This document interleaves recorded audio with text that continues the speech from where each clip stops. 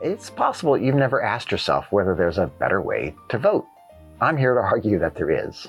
My name is Vector Hastings. I write Project Liberty 2029, which is a blueprint for restoring freedom in America and securing liberty and justice for all. If you look on the music page, you'll find a song about this policy called Yankee Doodle Went to Vote.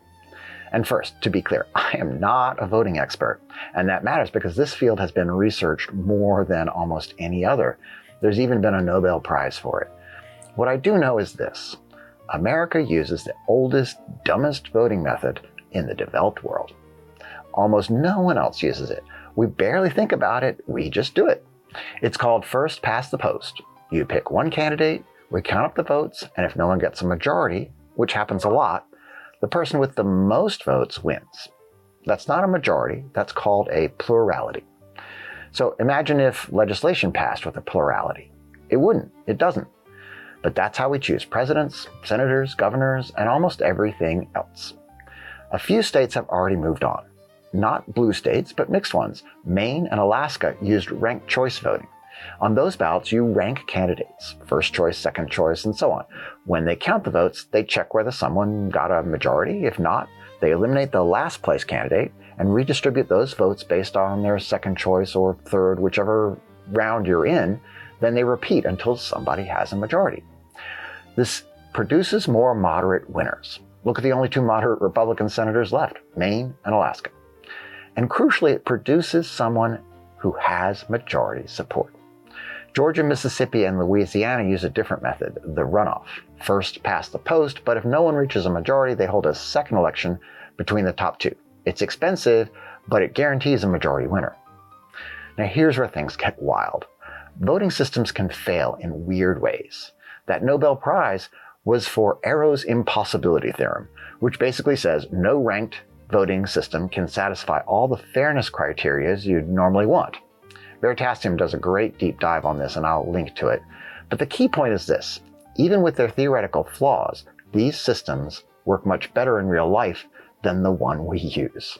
And we haven't even touched on score voting, where you rate candidates on a scale, like customer surveys.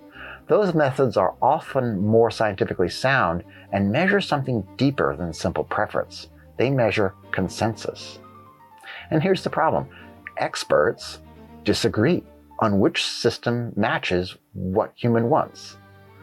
Like majority, consensus, something else? So if the experts can't decide after decades of research, then I say, fine, let's let the states choose. But let's forbid the one system everyone agrees is garbage, first past the post with a plurality. This should be part of a new Federal Voting Rights Act. Keep what protects minorities, yes, but add basic rights for everyone.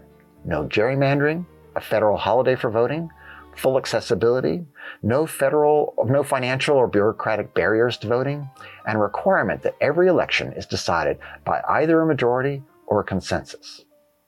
Now, a quick word about Georgia, Mississippi, and Louisiana. Runoffs are actually intended there as a tool to block black candidates. And that is a real problem, and I do not make light of it. But it's also fading. Senator Raphael Warnock of Georgia proves it can be beaten. And here's the rub. The authoritarian movement threatening this country got power with only 33% of Americans behind them. Trump did not win a majority, but now he's our president. We'll never know if he would have squeaked over the top in another system, but we shouldn't suffer what we are suffering now without knowing that answer. That's the core of my argument. If we want real representation, if we want a government by the people, for the people, by we the people, then majority or consensus voting must replace first past the post. Anything less is not worthy of our democracy. And so on that hope, amen, America.